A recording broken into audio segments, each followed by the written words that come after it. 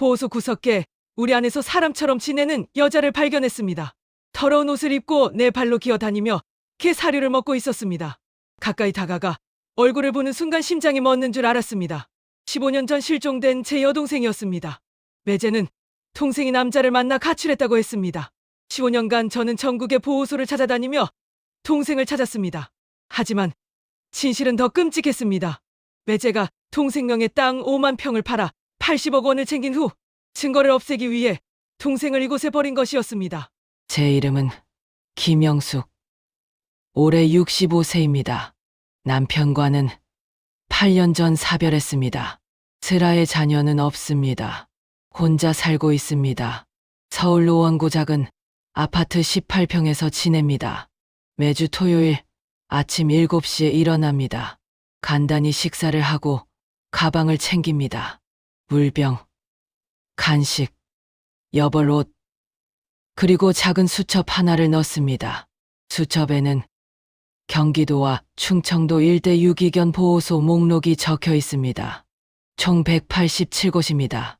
오늘은 87번째 보호소를 방문하는 날입니다. 경기도 양주시에 있는 곳입니다. 아직 가보지 않은 곳이 100곳 남았습니다. 매주 토요일마다 새로운 보호소를 찾아갑니다. 15년째 하고 있는 일입니다. 15년 전 2009년 5월 3일 여동생 김영희가 실종됐습니다. 당시 동생 나이는 47세였습니다. 저는 50세였습니다. 동생은 매제 이건우와 결혼해서 경기도 파주에 살고 있었습니다. 슬아의 자녀는 없었습니다. 5월 2일 저녁 동생에게서 전화가 왔습니다. 언니, 내일 만날 수 있어 하고 물었습니다. 급한 이야기가 있다고 했습니다. 목소리가 떨리는 것 같았습니다. 무슨 일이냐고 물었지만 만나서 이야기하겠다고 했습니다. 다음 날 5월 3일 오전 11시 노원구 우리 집 근처 카페에서 만나기로 했습니다. 하지만 동생은 오지 않았습니다. 1시간을 기다렸습니다. 2시간을 기다렸습니다. 전화를 걸었지만 받지 않았습니다. 오후 3시쯤 매제에게 전화했습니다. 매제가 받았습니다. 영희 어디 있냐고 물었습니다. 매제가 놀란 목소리로 말했습니다. 영희가 집을 나갔어요. 어젯밤부터 안 들어왔어요. 저도 지금 찾고 있어요. 집을 나갔다는 말에 불안해졌습니다. 급한 이야기가 있다던 동생이 갑자기 사라진 것이었습니다. 매제에게 무슨 일이 있었냐고 물었습니다. 매제는 모른다고 했습니다. 전날 저녁까지 아무 일 없었다고 했습니다. 사흘이 지났습니다. 일주일이 지났습니다. 동생은 돌아오지 않았습니다. 경찰에 실종 신고를 했습니다. 동생 사진을 들고 파주 일대를 돌아다녔습니다. CCTV를 확인했습니다. 5월 2일 밤 11시 47분 동생이 집을 나서는 모습이 마지막이었습니다. 한 달이 지났을 때 매제가 전화했습니다. 형님 영희가 남자를 만났던 것 같아요. 놀라서 되물었습니다. 무슨 소리냐고 했습니다. 매제가 말했습니다. 영희 휴대폰 기록을 봤어요. 모르는 남자 번호로 통화한 기록이 많아요. 믿을 수 없었습니다. 동생은 그런 사람이 아니었습니다. 20년 넘게 매제와 살았습니다. 한 번도 바람을 피운 적 없었습니다. 매제가 계속 말했습니다. 아마 그 남자랑 도망간 것 같아요. 제가 잘못했어요. 영희한테 잘해줄 걸. 경찰도 그렇게 결론 내렸습니다. 성인 여성이 스스로 집을 나간 경우는 수사하기 어렵다고 했습니다. 가출로 처리됐습니다. 하지만 저는 믿을 수 없었습니다. 동생이 제게 급한 이야기가 있다고 했습니다. 무언가 도움이 필요했던 것입니다. 2개월 후 매제가 파주 집을 팔았습니다. 갑자기 왔습니다. 이사를 간다고 했습니다. 서울 강남으로 간다고 했습니다. 동생 없이 혼자 산다고 했습니다. 새 출발하고 싶다고 했습니다. 이상했습니다. 동생이 돌아올 수도 있는데 집을 팔다니. 하지만 매제는 동생이 돌아오지 않을 거라고 했습니다. 남자랑 도망갔으니 이제 끝이라고 했습니다. 차갑게 느껴졌습니다. 그해 가을부터 저는 동생을 찾기 시작했습니다. 전국의 쉼터를 찾아다녔습니다. 노숙자 급식소에 갔습니다. 실종자 찾기 단체에 가입했습니다. 포털 사이트에 동생 사진을 올렸습니다. 3년이 지났습니다. 5년이 지났습니다. 아무 소식이 없었습니다. 남편이 2016년에 암으로 세상을 떠났습니다. 혼자 남았습니다. 더 집중적으로 동생을 찾기 시작했습니다. 8년 전부터 유기견 보호소를 다니기 시작했습니다. 어떤 실종자 가족이 보호소에서 가족을 찾았다는 기사를 봤습니다. 기억을 잃은 사람이 보호소에서 지내고 있었다는 내용이었습니다. 혹시 동생도 어딘가 보호소에 있을지 모른다고 생각했습니다. 기억을 잃었을 수도 있었습니다. 다친 곳일 수도 있었습니다. 어쨌든 확인해 봐야 했습니다. 수첩을 만들었습니다. 경기도, 충청도, 강원도 일대 유기견 보호소 목록을 정리했습니다. 총 187곳이었습니다. 매주 토요일마다 한 곳씩 방문하기로 했습니다. 처음에는 봉사자로 등록하기 어려웠습니다. 나이가 많다는 이유였습니다. 하지만 계속 찾아가고 부탁했습니다. 진심이 통했는지 몇몇 곳에서 받아줬습니다. 개밥을 주고 우리를 청소하는 일이었습니다. 8년간 86곳을 다녔습니다. 매주 빠짐없이 토요일마다 새로운 보호소를 찾았습니다. 서울에서 2시간, 3시간 걸리는 곳도 갔습니다. 새벽부터 출발했습니다. 보호소마다 물어봤습니다. 혹시 여자가 있었냐고 물었습니다. 50대 중반쯤 되는 여자요. 기억을 잃은 것 같은 사람이요. 대부분 없다고 했습니다. 한 번도 그런 사람 본 적 없다고 했습니다. 그래도 포기하지 않았습니다. 다음 주 토요일이 되면 또 다른 보호소로 갔습니다. 수첩에 체크 표시를 했습니다. 86곳에 체크가 되어 있었습니다. 오늘 87곳째입니다. 가끔 매제에게 연락했습니다. 1년에 한두 번쯤 전화했습니다. 동생 소식 있냐고 물었습니다. 매제는 매번 없다고 했습니다. 자기도 찾아봤지만 아무 소식 없다고 했습니다. 목소리가 무심했습니다. 매제는 지금 강남 대치동에 산다고 했습니다. 아파트를 샀다고 했습니다. 사업을 한다고 했습니다. 잘 되고 있다고 했습니다. 재혼은 안 했다고 했습니다. 동생 생각에 못 한다고 했습니다. 하지만 그 말이 진심인지 알 수 없었습니다. 동생이 남자를 만나 도망갔다고 했던 사람이었습니다. 동생이 사라지고 2개월 만에 집을 팔았던 사람이었습니다. 어딘가 석연치 않았습니다. 오늘은 2024년 6월 8일 토요일입니다. 아침 8시 30분. 노원구 집을 나섰습니다. 지하철을 타고 의정부역까지 갔습니다. 버스로 갈아타고 양주로 향했습니다. 2시간 20분이 걸렸습니다. 오전 11시 5분. 양주시 외곽에 도착했습니다. 보호소는 산 중턱에 있었습니다. 걸어서 20분쯤 올라갔습니다. 숨이 찼습니다. 65세 몸이 예전 같지 않았습니다. 보호소 입구에 도착했습니다. 간판이 낡았습니다. 사랑의 동물 보호소라고 적혀 있었습니다. 철문을 밀고 들어갔습니다. 개 짖는 소리가 요란했습니다. 사무실을 찾아갔습니다. 문을 두드렸습니다. 안에서 50대 남자가 나왔습니다. 원장인 것 같았습니다. 봉사하러 왔다고 말했습니다. 전화로 미리 연락했다고 했습니다. 원장이 고개를 끄덕였습니다. 김영숙 씨 맞죠? 어서 오세요. 안내해 드릴게요. 뒤를 따라갔습니다. 보호소 안으로 들어갔습니다. 개우리가 줄지어 있었습니다. 크고 작은 개들이 지저댔습니다. 50마리쯤 되어 보였습니다. 원장이 설명했습니다. 오늘은 개 밥 주는 일을 도와주시면 돼요. 오후에는 우리 청소도 부탁드릴게요. 알겠다고 했습니다. 그런데 원장님하고 불렀습니다. 원장이 돌아봤습니다. 혹시 여기 사람도 있나요? 하고 물었습니다. 원장이 고개를 갸웃했습니다. 사람이요. 내 실종된 사람을 찾고 있어서요. 하고 말했습니다. 50대 중반 여자요.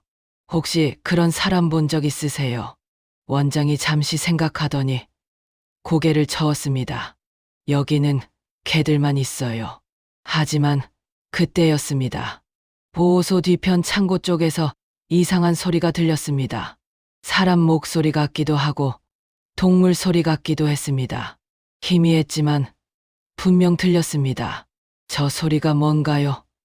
하고 물었습니다. 원장이 당황하는 표정을 지었습니다. 원장이 얼굴을 돌렸습니다. 아무것도 아니에요. 하고 말했습니다. 개들 소리예요. 하지만 목소리가 부자연스러웠습니다. 눈빛이 흔들렸습니다. 뭔가 숨기는 것 같았습니다. 다시 한번 소리가 들렸습니다. 이번에는 더 또렷했습니다. 끙끙거리는 소리였습니다. 동물보다는 사람에 가까운 소리였습니다. 창고 쪽에서 나는 것이 확실했습니다. 저 창고에 뭐가 있나요? 하고 물었습니다. 원장이 당황했습니다. 아무것도 없어요.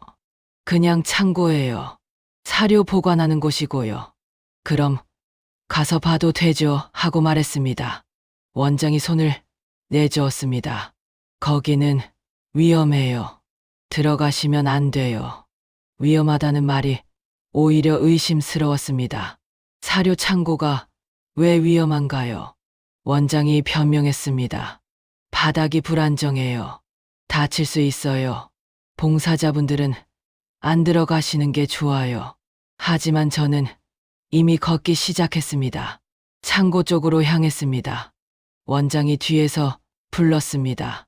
어디 가세요? 김씨. 하지만 멈추지 않았습니다. 15년간 동생을 찾아 헤맸습니다. 이상한 소리를 그냥 넘길 수 없었습니다. 창고는 보호소 뒤편에 있었습니다. 낡은 컨테이너 건물이었습니다. 문이 반쯤 열려 있었습니다. 안에서 퀴퀴한 냄새가 났습니다. 짐승 냄새와 썩은 냄새가 섞여 있었습니다. 문을 밀고 들어갔습니다. 어두웠습니다.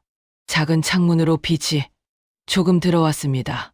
눈이 어둠에 적응할 때까지 기다렸습니다. 10초쯤 지나자 안이 보이기 시작했습니다. 왼쪽에 사료 포대가 쌓여 있었습니다. 오른쪽에는 청소 도구들이 있었습니다. 그리고 구석에 철제 우리가 하나 있었습니다. 개를 가두는 큰 우리였습니다. 가로 2m, 세로 1m 반쯤 되어 보였습니다. 우리 안에 무언가 움직이는 게 보였습니다. 처음에는 큰 개인 줄 알았습니다. 하지만 가까이 다가가자 그게 개가 아니라는 걸 알았습니다. 사람이었습니다. 여자였습니다. 네 발로 웅크리고 앉아 있었습니다. 더러운 회색 옷을 입고 있었습니다. 머리카락이 길게 자라 얼굴을 가렸습니다. 얼굴이 보이지 않았습니다. 헉 소리가 났습니다. 우리 앞에 무릎을 꿇었습니다. 저기요. 하고 불렀습니다. 여자가 움직이지 않았습니다. 괜찮으세요? 하고 다시 물었습니다. 여전히 반응이 없었습니다. 우리 철창을 잡았습니다. 흔들어 봤습니다. 자물쇠가 채워져 있었습니다. 열쇠가 없으면 열 수 없었습니다. 원장님 하고 소리쳤습니다. 여기 사람이 있어요. 열쇠 가져오세요. 원장이 창고 안으로 들어왔습니다. 얼굴이 창백했습니다. 어쩔 수 없다는 표정이었습니다. 주머니에서 열쇠 뭉치를 꺼냈습니다. 손이 떨렸습니다. 자물쇠를 열었습니다. 우리 문을 열고 안으로 들어갔습니다. 여자에게 다가갔습니다. 어깨를 살짝 건드렸습니다. 괜찮으세요? 하고 물었습니다. 여자가 몸을 움찔했습니다. 뒤로 물러났습니다. 짐승처럼 경계했습니다. 천천히 다가갔습니다. 손을 내밀었습니다. 무섭지 않아요. 하고 말했습니다. 도와드릴게요. 여자가 고개를 들었습니다. 머리카락 사이로 얼굴이 보였습니다. 그 순간 심장이 멈췄습니다. 숨이 막혔습니다. 눈을 의심했습니다. 여자의 얼굴을 봤습니다. 야윈 얼굴이었습니다. 주름이 깊었습니다. 눈빛이 흐렸습니다. 하지만 틀림없었습니다. 여동생 김영희였습니다. 15년 전 모습과는 달랐습니다. 당시 47세였던 동생은 통통하고 건강했습니다. 밝게 웃었습니다. 하지만 지금 눈앞의 여자는 앙상했습니다. 뼈만 남은 것 같았습니다. 피부가 거칠고 더러웠습니다. 그래도 알 수 있었습니다. 이마에 점이 있었습니다. 오른쪽 이마에 있는 작은 점이었습니다. 어릴 때부터 있던 점이었습니다. 코 모양도 같았습니다. 약간 낮고 둥근 코였습니다. 영희야 하고 불렀습니다. 목소리가 떨렸습니다. 나야 언니야. 영숙이 언니. 여자가 저를 쳐다봤습니다. 하지만 알아보는 것 같지 않았습니다. 눈빛이 텅 비어 있었습니다. 영희야, 언니 모르겠어 하고 다시 물었습니다. 여자가 고개를 갸웃했습니다. 입을 벌렸습니다. 소리를 냈습니다. 말이 아니었습니다.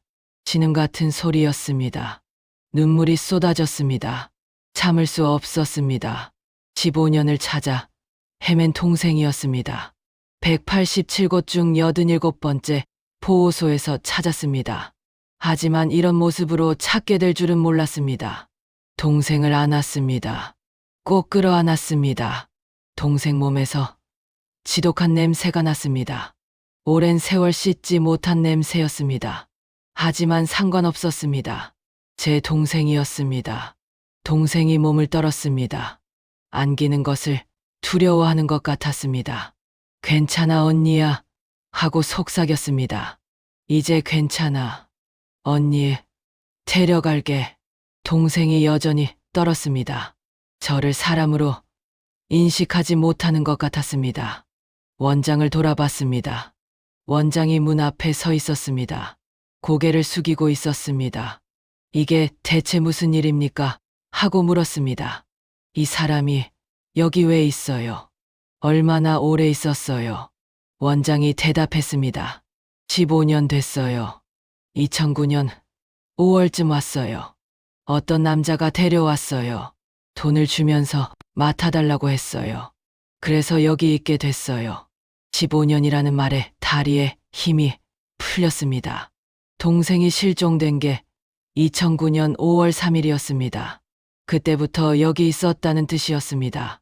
15년간 이 좁은 우리 안에 갇혀 있었다는 뜻이었습니다. 어떤 남자가 데려왔다고요? 하고 물었습니다. 누구였어요? 원장이 대답했습니다. 40대쯤 된 남자였어요. 키가 크고 안경 낀 사람이었어요.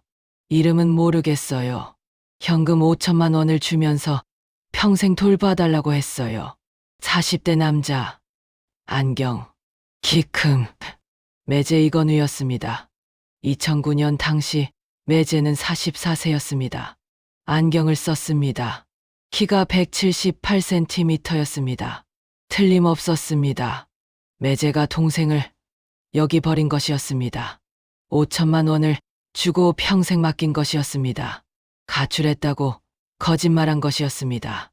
15년간 저를 속인 것이었습니다. 우리 안을 둘러봤습니다. 바닥에 낡은 담요가 깔려 있었습니다. 구석에 플라스틱 그릇이 있었습니다. 물그릇과 밥그릇이었습니다. 개 밥그릇 같았습니다. 이 사람한테 뭘 먹였어요? 하고 물었습니다. 원장이 주춤거렸습니다. 개 사료요.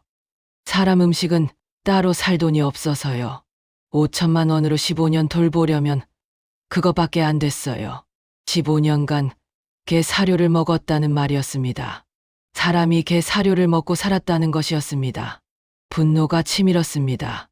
원장 멱살을 잡고 싶었습니다. 하지만 참았습니다. 지금은 동생이 우선이었습니다. 화장실은요? 하고 물었습니다. 원장이 우리 구석을 가리켰습니다. 거기 양동이가 있어요. 거기에 보게 했어요. 일주일에 한 번 비웠고요. 참담했습니다. 동생이 15년간 개처럼 살았습니다. 우리 안에 갇혀서 개 사료를 먹고 양동이의 용변을 봤습니다. 사람으로 대우받지 못했습니다. 동생 손을 잡았습니다. 일어나자 하고 말했습니다. 이제 나가자. 언니랑 가자. 동생이 움직이지 않았습니다. 일어날 줄 몰랐습니다. 내 발로만 움직였습니다. 팔로 동생을 감쌌습니다. 일으켜 세웠습니다. 동생이 휘청거렸습니다. 다리에 힘이 없었습니다. 오래 서 있지 않았던 것 같았습니다. 부축해서 우리 밖으로 나왔습니다. 창고 밖으로 나왔습니다. 햇빛이 쏟아졌습니다. 동생이 눈을 찡그렸습니다. 빛에 익숙하지 않은 것 같았습니다. 오랜 세월 어두운 창고에서 살았으니 그럴 수밖에 없었습니다. 동생을 보호소 사무실로 데려갔습니다. 의자에 앉혔습니다. 물을 떠다 줬습니다. 동생이 물을 받습니다. 그릇을 들지 않았습니다. 대신 고개를 숙여서 혀로 핥아 먹었습니다. 개처럼 마셨습니다. 가슴이 찢어지는 것 같았습니다. 62세가 된 제 여동생이 물조차 제대로 마실 줄 몰랐습니다. 15년이 동생을 완전히 바꿔놓았습니다. 사람이 아니라 짐승처럼 만들어 놓았습니다. 원장에게 말했습니다. 경찰에 신고할 겁니다. 당신도 책임 면할 수 없어요. 사람을 개처럼 가뒀잖아요. 원장이 변명했습니다. 저도 어쩔 수 없었어요. 그 남자가 평생 맡아달라고 했어요. 경찰에 신고하면 돈을 돌려달라고 했고요. 돈 때문에 사람을 15년간 가둔 것이었습니다. 5천만 원 때문에 제 동생을 짐승처럼 키운 것이었습니다. 용서할 수 없었습니다. 핸드폰을 꺼냈습니다. 112에 전화를 걸었습니다. 경찰이 받았습니다. 신고하겠습니다. 양주시 산 중턱 사랑의 동물보호소입니다. 여기 사람이 15년간 감금되어 있었습니다. 제 여동생입니다. 빨리 와주세요. 경찰이 30분 안에 도착하겠다고 했습니다. 전화를 끊었습니다. 동생 옆에 앉았습니다. 동생 손을 잡았습니다.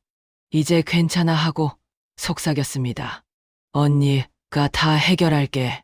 매제한테 복수해줄게.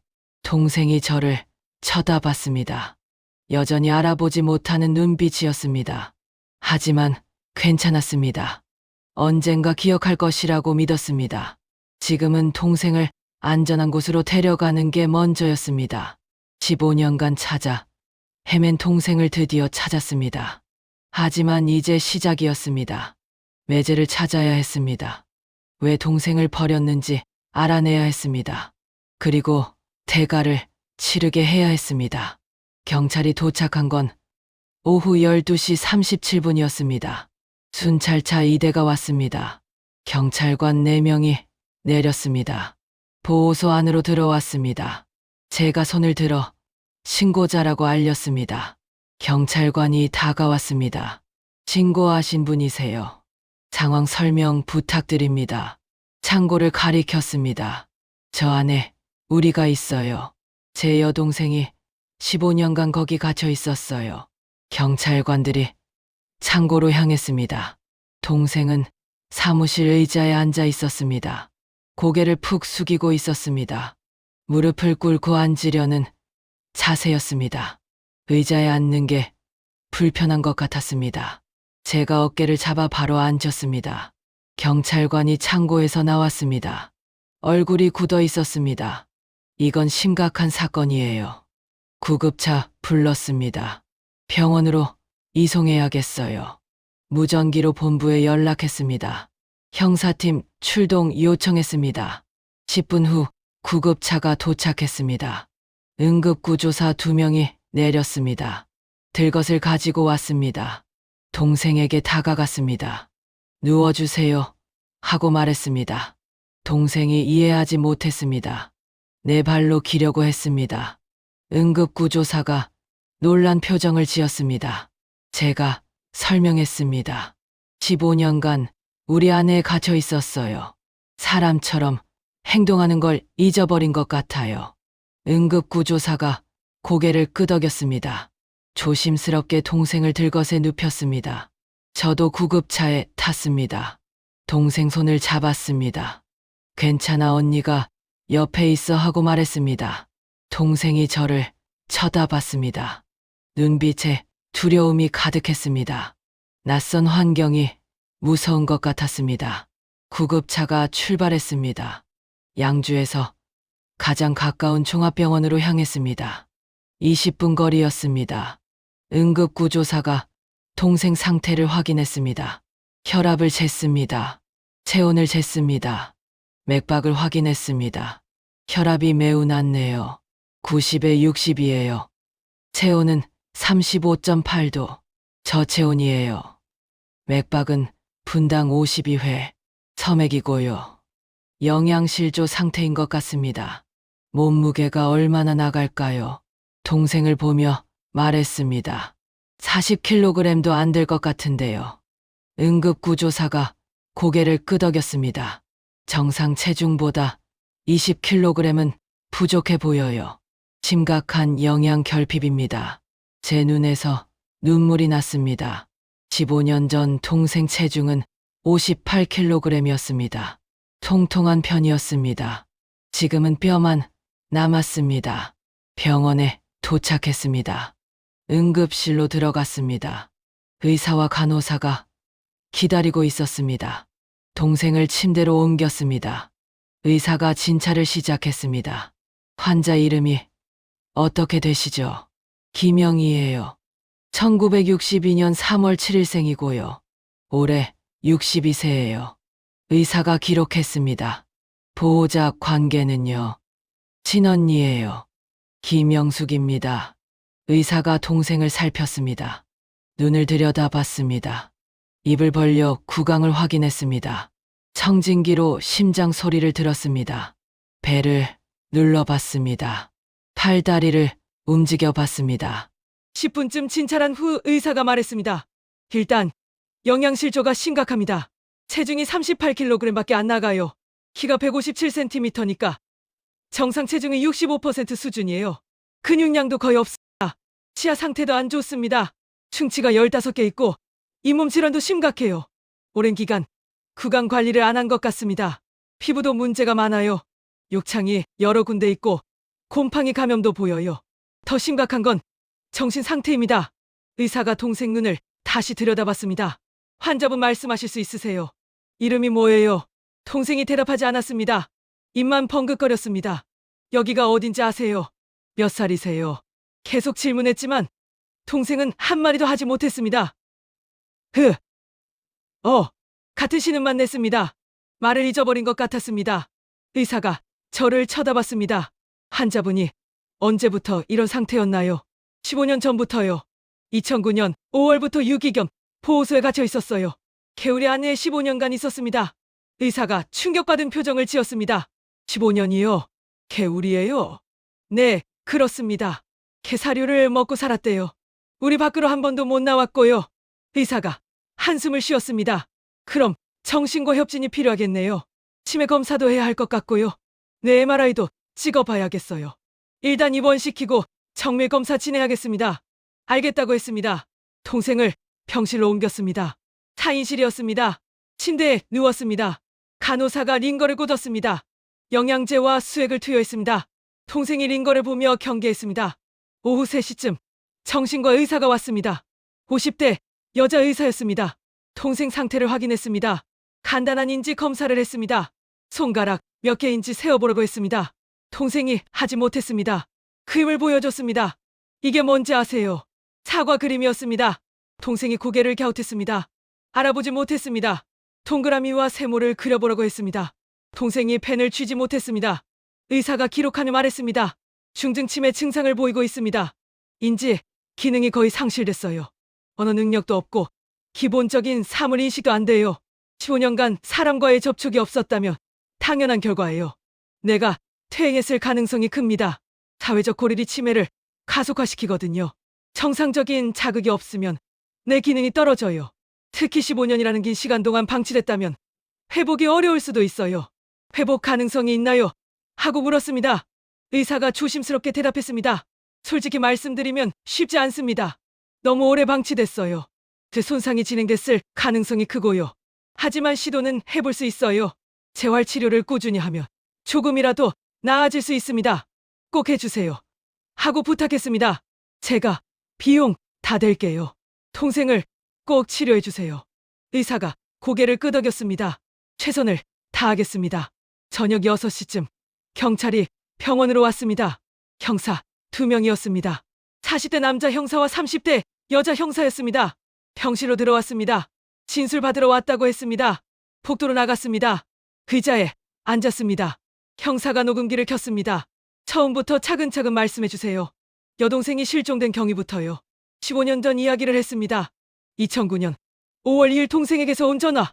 급한 이야기가 있다던 말. 다음날 만나기로 했지만 오지 않았던 것. 매제가 가출했다고 했던 거짓말. 15년간 동생을 찾아 헤맨 이야기도 했습니다. 187곳 보호소 목록을 만든 것. 매주 토요일마다 다른 보호소를 찾아간 것. 오늘 87번째 보호소에서 동생을 발견한 것. 형사가 메모하며 물었습니다. 매제분 성함이 어떻게 되시죠? 기건우예요. 1965년 8월 12일생고요. 올해 59세예요. 현재 거주지는요. 서울 강남구 대치동에로 들었어요. 정확한 주소는 모르겠어요. 매제분이 동생분을 보호소에 맡겼다는 증거가 있나요? 보호소 원장이 증언했어요. 15년 전 40대 남자가 5천만 원을 주면서 평생 맡아달라고 했대요. 키 크고 안경 낀 남자였대요. 매제 이건우 특징과 일치해요. 형사가 고개를 끄덕였습니다. CCTV 기록도 확인하겠습니다. 보호소 원장 진술도 받고요. 매제분 소환해서 조사하겠습니다. 혹시 매제분이 이런 짓을 한 이유를 아세요? 모르겠어요. 하고 대답했습니다. 하지만 제 생각에는 재산 때문일 것 같아요. 동생한테 재산이 있었거든요. 형사가 물었습니다. 어떤 재산이요? 동생은 부모님께 재산을 물려받았어요. 저는 언니라서 아들한테 주는 게 맞다며 다 동생한테 줬어요. 그게 경기도 파주에 있는 땅이었어요. 꽤 넓었어요. 부모님이 평생 모은 땅이었거든요. 얼마나 넓었나요? 정확히는 모르겠어요. 하지만 몇만 평은 됐을 거예요. 부모님이 돌아가신 게 1995년이었어요. 그때 시세로 3억 원쯤 했다고 들었어요. 지금은 훨씬 올랐을 거예요. 형사가 기록했습니다. 그럼 매제분이 그 땅을 노린 거군요. 네, 그럴 것 같아요. 동생이 사라지고 2개월 후에 매제가 파주집을 팔았어요. 그리고 강남으로 이사 갔어요. 그때부터 이상했어요. 형사가 말했습니다. 토지거래 내역 확인하겠습니다. 만약 매제분이 여동생 명의 땅을 불법으로 처분했다면 사기죄가 성립됩니다. 감금죄, 유기죄도 적용되고요. 중범죄입니다. 꼭 처벌해 주세요. 하고 말했습니다. 제 동생을 15년간 개처럼 가뒀어요. 말도 못하게 만들었어요. 사람을 짐승으로 만들었어요. 용서할 수 없어요. 형사가 고개를 끄덕였습니다. 최대한 엄하게 처벌받도록 하겠습니다. 증거 확보하고 매제분 체포하겠습니다. 며칠 안에 연락드릴게요. 형사들이 도와갔습니다. 병실로 들어갔습니다. 동생은 침대에 누워 천장을 보고 있었습니다. 눈빛이 멍했습니다. 아무 생각도 없는 것 같았습니다. 침대 옆에 앉았습니다. 동생 손을 잡았습니다. 영희야 언니야 하고 말했습니다. 이제 괜찮아. 언니가 다 해결할게. 매제한테 복수해줄게. 동생이 고개를 돌렸습니다. 저를 쳐다봤습니다. 여전히 알아보지 못하는 눈빛이었습니다. 하지만 손을 꽉 쥐었습니다. 작은 반응이었습니다. 그래도 희망이 생겼습니다. 언젠가 동생이 기억할 거라고 믿었습니다. 시간이 걸리더라도 동생을 사람으로 돌려놓을 거라고 다짐했습니다. 그리고 매제 이건우를 반드시 처벌받게 할 거라고 결심했습니다. 15년의 세월, 동생의 인생을 빼앗아간 세월, 그 대가를 치르게 할 것이었습니다. 다음 날 6월 9일 일요일 오전 10시 병원에서 전화가 왔습니다. 담당 의사였습니다. 김영희 환자분 뇌 MRI 결과 나왔습니다. 병원으로 와주시겠어요? 설명 드릴 게 있습니다. 30분 후 병원에 도착했습니다. 의사 진료실로 갔습니다. 의사가 컴퓨터 화면을 돌려서 보여줬습니다. 뇌 MRI 사진이었습니다. 검은색과 흰색으로 된 뇌 단면이 보였습니다. 정상인 뇌와 비교해 보시면 알 수 있어요. 의사가 다른 사진을 띄웠습니다. 이건 60대 정상인의 뇌예요. 그런데 환자분 뇌는 이렇게 위축되어 있습니다. 특히 해마 부위가 심하게 손상됐어요. 해마가 뭔가요? 하고 물었습니다. 의사가 설명했습니다. 기억을 담당하는 부위예요. 해마가 손상되면 새로운 기억을 만들지 못하고 과거 기억도 잃어버려요. 치매 환자들에게서 흔히 나타나는 증상이죠. 환자분은 알츠하이머형 치매로 추정됩니다. 그런데 발병 시기가 최소 10년 이상 됐을 것 같아요. 지금 상태로 봐서는 말이죠. 15년 전 보호소에 갇혔을 때 이미 초기 치매였을 가능성이 큽니다. 심장이 쿵 내려앉았습니다. 15년 전 이미 치매였다는 말이었습니다. 그럼 매제는 알고 있었던 것입니다. 동생이 치매에 걸렸다는 걸 알면서도 보호소에 버린 것입니다. 그럼 치료하면 나아질 수 있나요? 하고 물었습니다. 의사가 고개를 저었습니다. 솔직히 말씀드리면 어렵습니다. 너무 오래 진행됐어요. 뇌 손상이 되돌릴 수 없는 단계까지 왔습니다. 지금 상태를 유지하는 것만도 다행이에요. 눈물이 났습니다. 동생은 되돌아올 수 없는 것이었습니다. 15년 전 그 밝게 웃던 동생은 영영 사라진 것이었습니다. 매제 이건우가 동생을 죽인 것이나 다름없었습니다. 병실로 갔습니다. 동생은 침대에서 네 발로 기어 다니려고 했습니다. 간호사가 말렸습니다. 할머니, 누워 계셔야 해요. 위험해요. 하지만 동생은 이해하지 못했습니다. 계속 움직이려고 했습니다. 제가 다가가서 동생을 눕혔습니다. 괜찮아 하고 말했습니다. 여기 안전한 곳이야. 동생이 불안한 눈빛으로 저를 쳐다봤습니다. 15년간 좁은 우리에서 살았으니 넓은 공간이 무서운 것 같았습니다.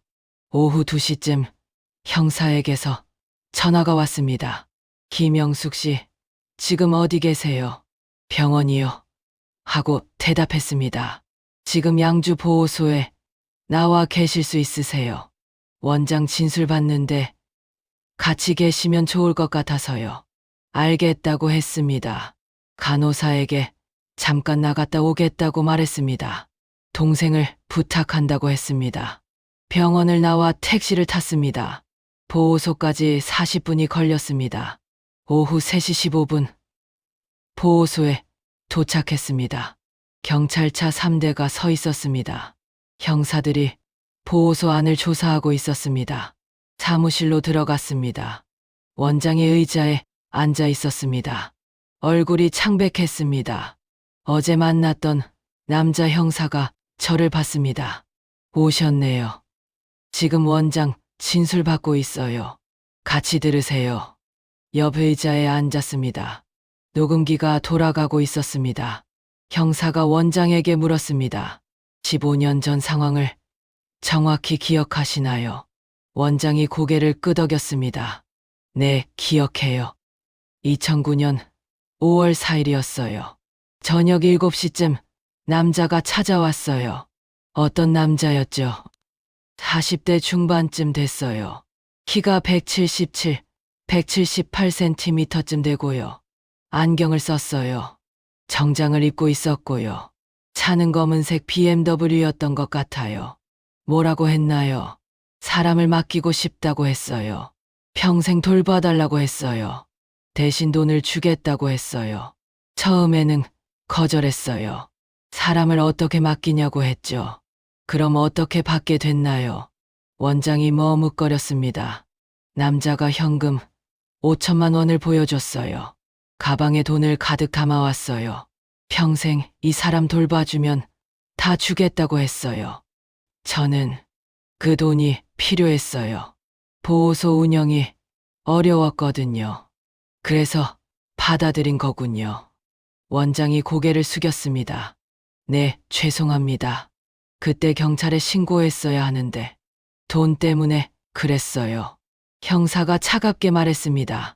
15년간 사람을 개처럼 가둔 게 돈 때문이라고요.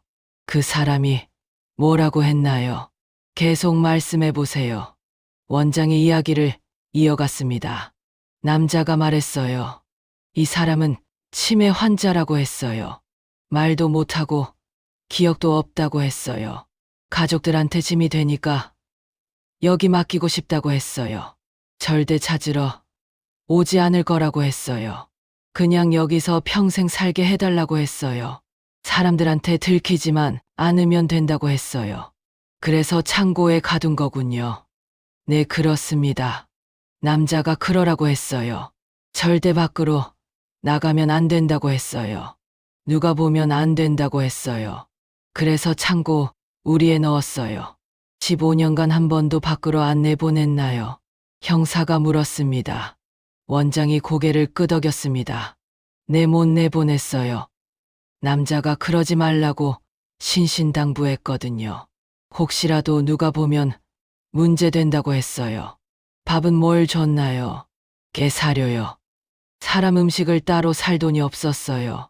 5천만 원으로 15년 돌보려면 최대한 아껴야 했어요.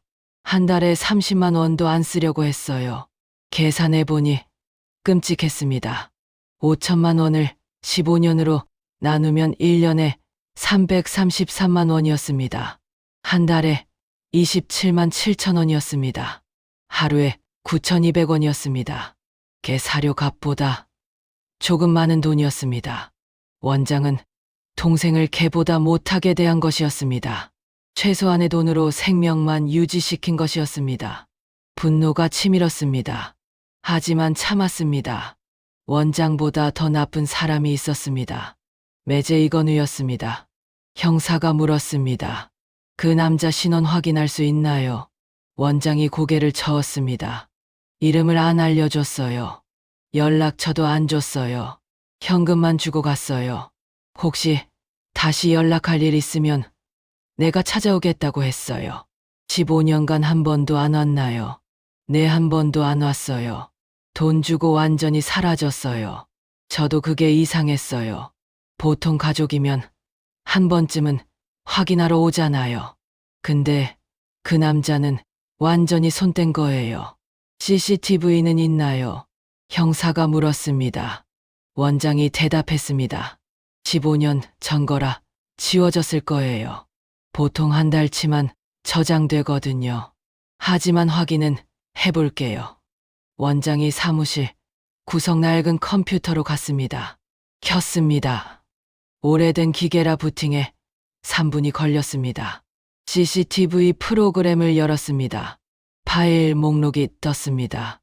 2009년 5월을 있네요. 원장이 놀란 목소리로 말했습니다. 아직 안 지워졌어요. 하드디스크 용량이 커서 계속 쌓여 있었나 봐요. 파일을 클릭했습니다. 화면이 떴습니다. 흑백 영상이었습니다. 화질이 좋지 않았습니다. 하지만 볼 수는 있었습니다. 날짜가 표시됐습니다. 2009년 5월 4일 오후 7시 12분. 보호소 입구가 보였습니다. 차 한 대가 들어왔습니다. 검은색 BMW였습니다. 차에서 남자가 내렸습니다. 정장을 입고 있었습니다. 안경을 썼습니다.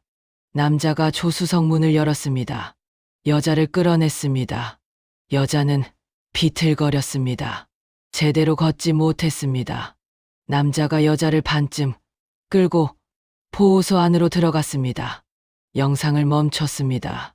남자 얼굴을 확대했습니다. 화질이 안 좋아서 흐릿했습니다. 하지만 윤곽은 알아볼 수 있었습니다. 안경, 이마, 턱선을 봤습니다. 매제 이건우였습니다. 틀림없었습니다. 15년 전 모습이었지만 알아볼 수 있었습니다. 제가 수없이 봤던 얼굴이었습니다. 20년 넘게 제 여동생 남편으로 알았던 사람이었습니다. 형사가 말했습니다. 이 남자 신원 아시나요? 알아요. 하고 대답했습니다. 제 매제예요. 이건우. 1965년 8월 12일생. 제 여동생 남편이었어요. 형사가 영상을 캡처했습니다. 파일로 저장했습니다. 이 영상 증거로 쓰겠습니다. 매제분 소환해서 조사하겠어요. 주소 아시나요? 서울 강남구 대치동이라고만 알아요 하고 말했습니다. 정확한 주소는 모르겠어요. 형사가 말했습니다. 주민등록 조회하면 나옵니다. 내일 바로 소환장 발부하겠습니다. 그런데 김영숙 씨하고 형사가 불렀습니다. 한 가지 더 확인할 게 있어요. 여동생분 재산 관련해서요. 파주에 땅이 있다고 하셨죠? 네, 그렇습니다 하고 대답했습니다. 부모님께 물려받은 땅이에요. 몇만 평 됐다고 들었어요. 1995년 당시 시세로 3억 원 정도였대요. 그 땅 지금 어떻게 됐는지 아세요? 모르겠어요. 동생이 사라진 후로 확인 못했어요. 형사가 말했습니다. 등기부등본 떼볼게요. 혹시 매제분이 처분했다면 기록이 남아있을 겁니다. 형사가 노트북을 꺼냈습니다. 인터넷 등기소에 접속했습니다.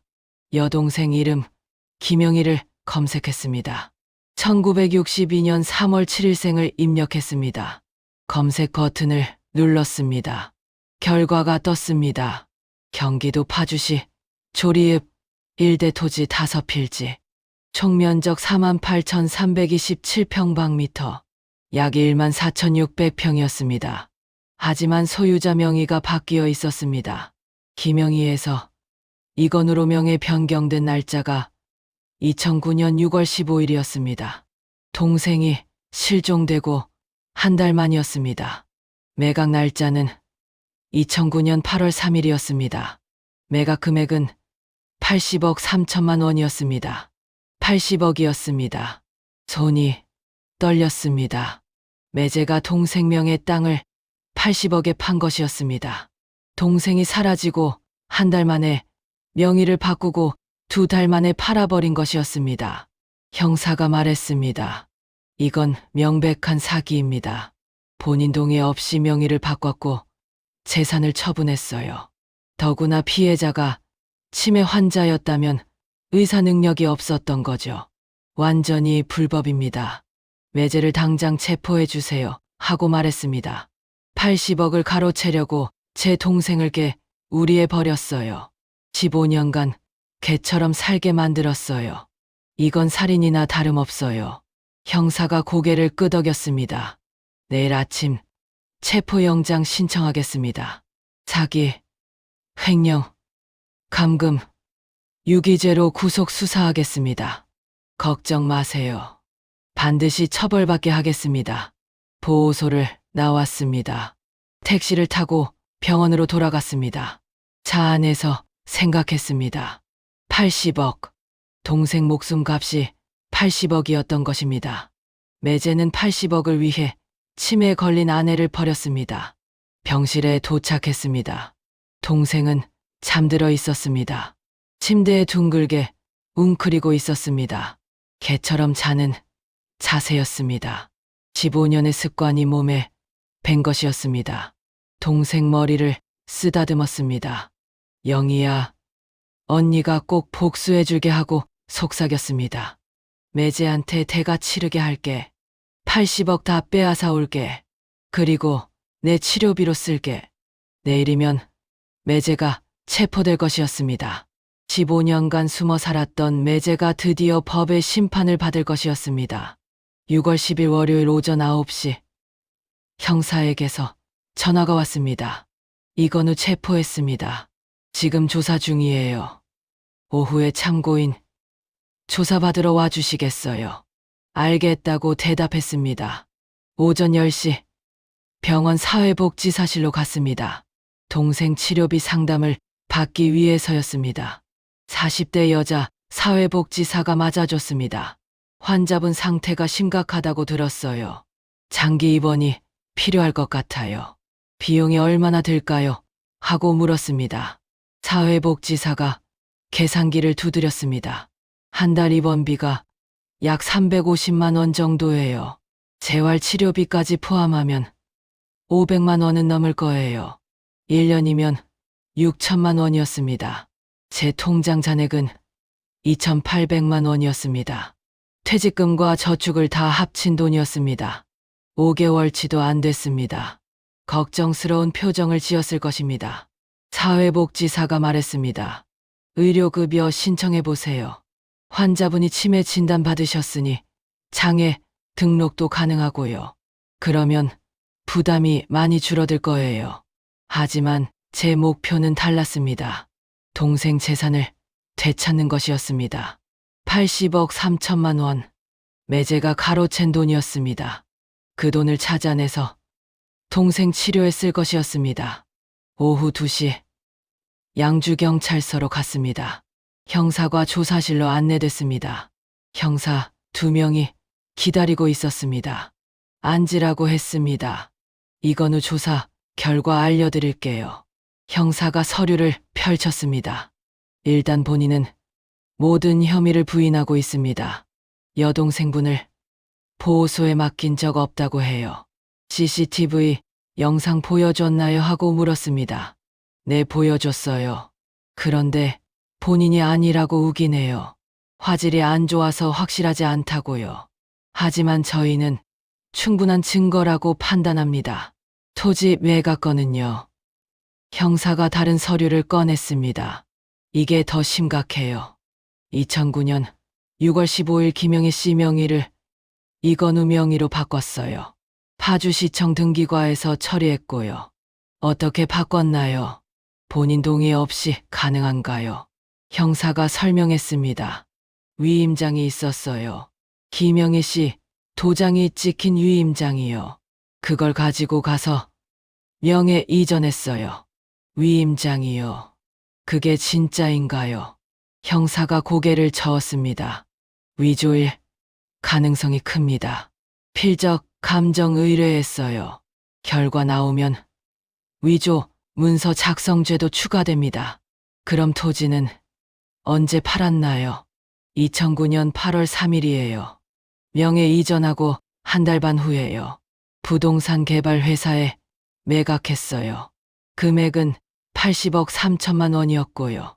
80억이 어디로 갔나요? 하고 물었습니다. 형사가 통장 거래 내역을 보여줬습니다. 이건우 계좌로 입금됐어요. 그중 일부를 추적했습니다. 화면을 가리켰습니다. 2009년 8월 10일 강남 대치동 아파트 구입 45억 원. 2009년 9월 5일 주식 투자 15억 원. 2009년 10월 12일 부동산 투자 10억 원. 나머지는요. 생활비로 썼거나 다른 곳에 숨겼을 겁니다.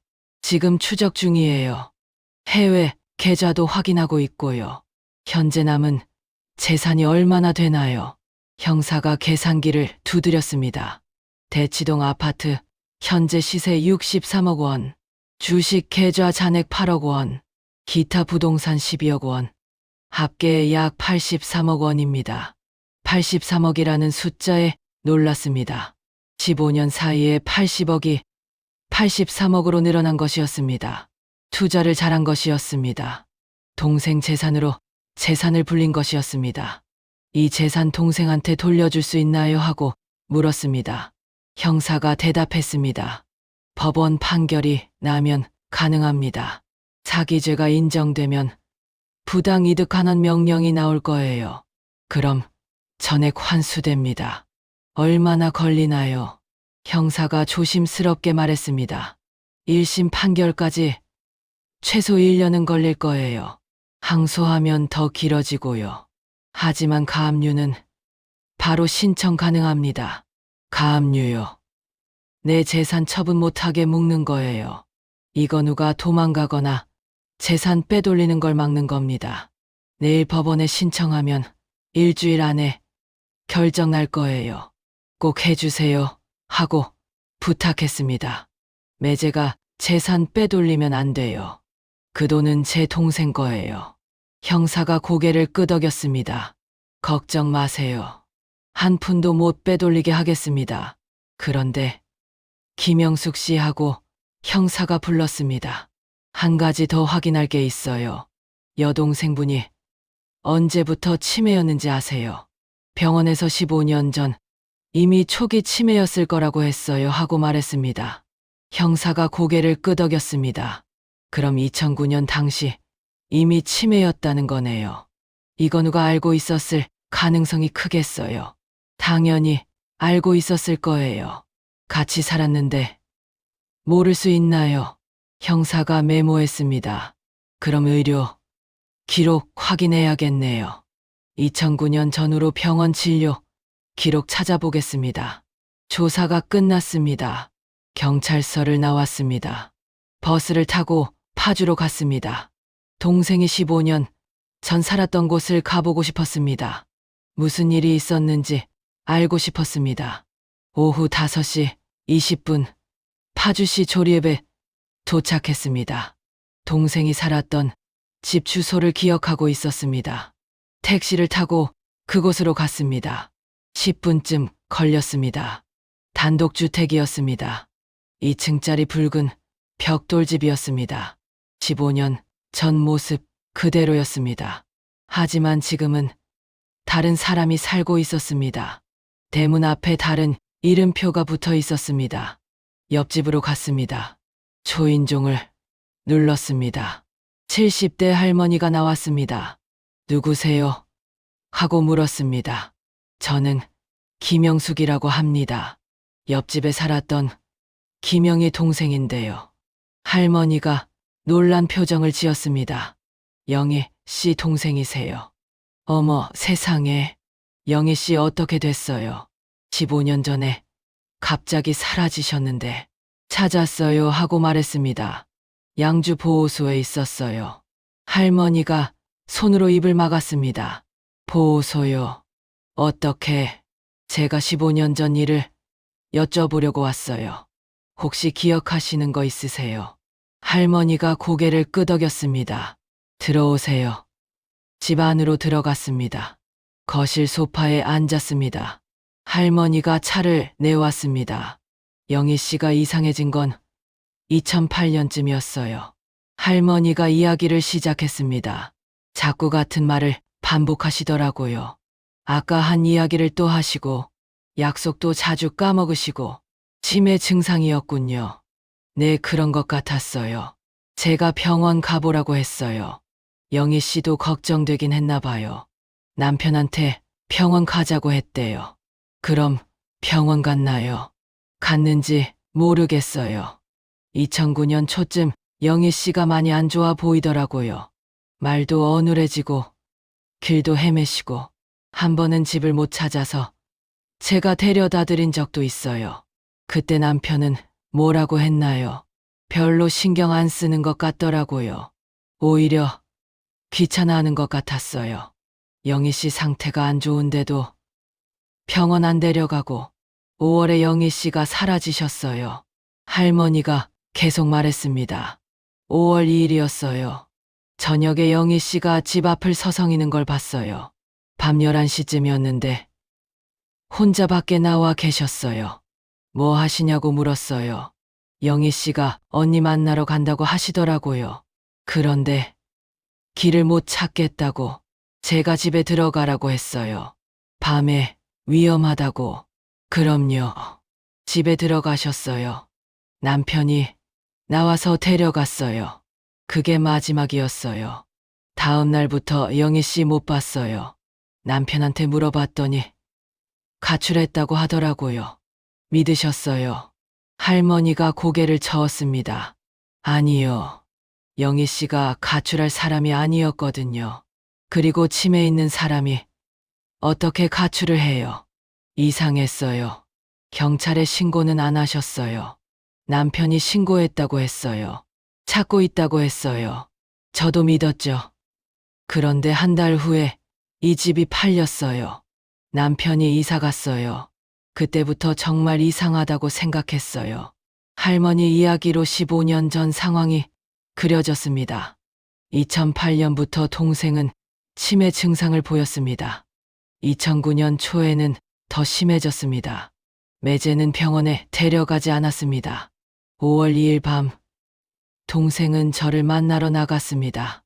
급한 이야기가 있다고 전화했던 그날이었습니다. 하지만 길을 찾지 못했습니다. 치매 때문이었습니다. 매제가 동생을 집으로 데려갔습니다. 그리고 다음날 5월 3일, 동생을 차에 태워 양주 보호소로 갔습니다. 5천만 원을 주고 평생 맡겼습니다. 그리고 한 달 후 6월 15일, 동생 명의 땅을 자기 명의로 바꿨습니다. 위조한 위임장을 사용했습니다. 8월 3일, 80억 3천만 원의 땅을 팔았습니다. 매제는 완벽한 계획을 세운 것이었습니다. 치매 걸린 아내를 이용한 것이었습니다. 아내를 없애고 재산을 가로챈 것이었습니다. 할머니께 감사 인사를 했습니다. 증언이 큰 도움이 될 거라고 말했습니다. 경찰에 연락드릴 거라고 했습니다. 할머니가 제 손을 잡았습니다. 영희 씨 꼭 좋아지셨으면 좋겠어요. 파주를 떠나 서울로 돌아왔습니다.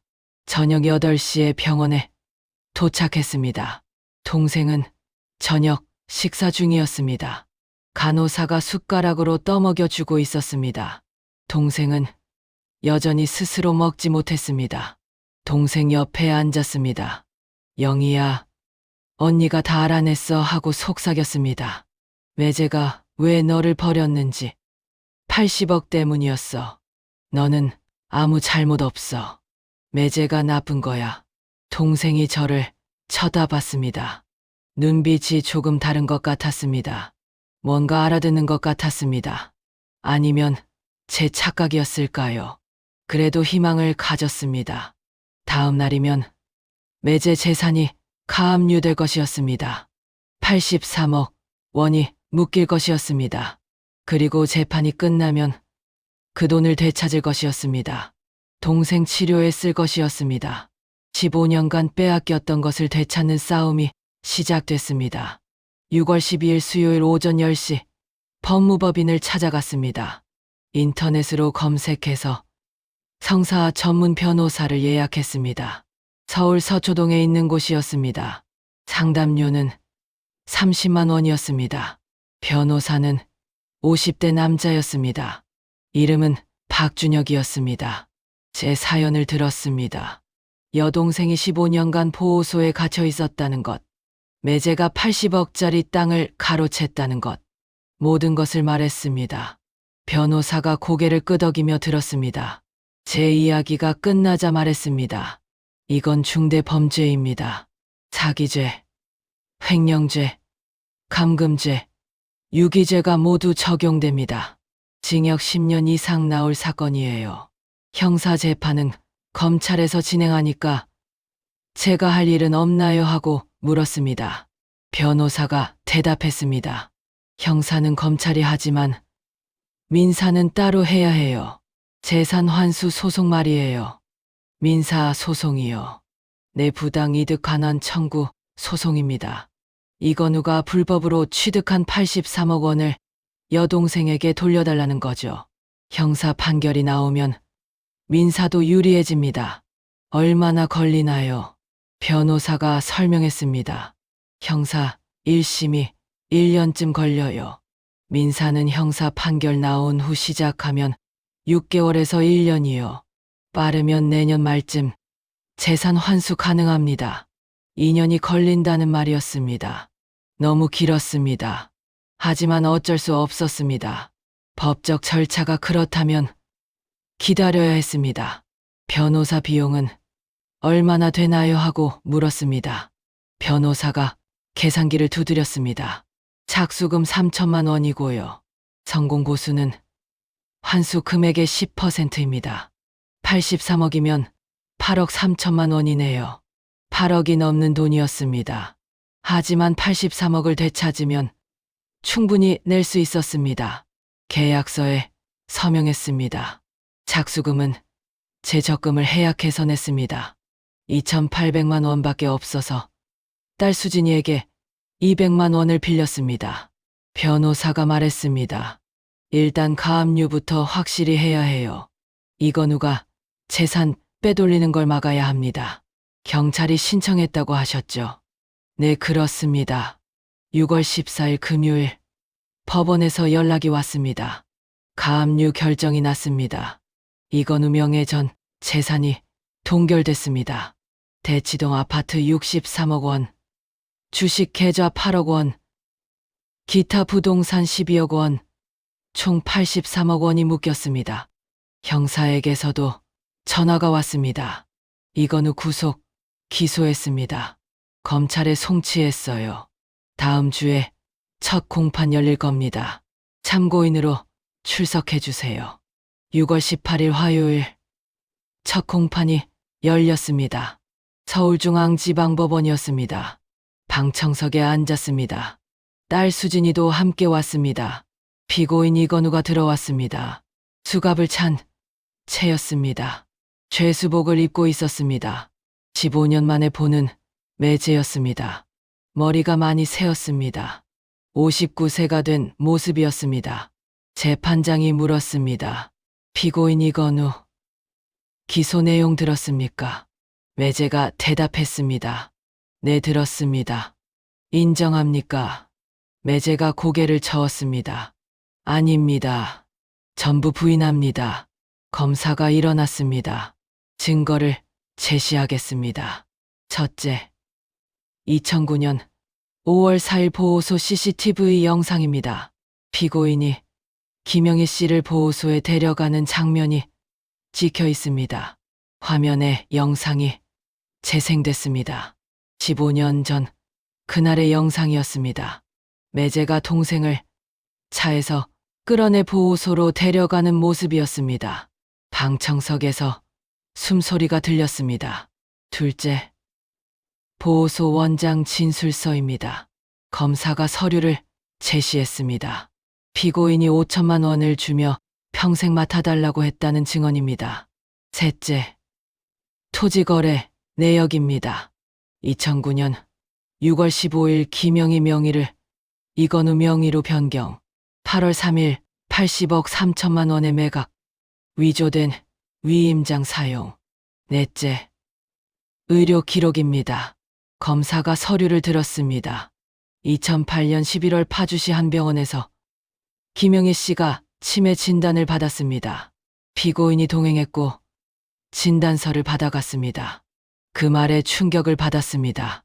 매제가 2008년에 이미 동생 치매를 알고 있었던 것입니다. 진단서까지 받아간 것이었습니다. 그런데도 치료하지 않고 방치했습니다. 다섯째, 이웃 증인 진술입니다.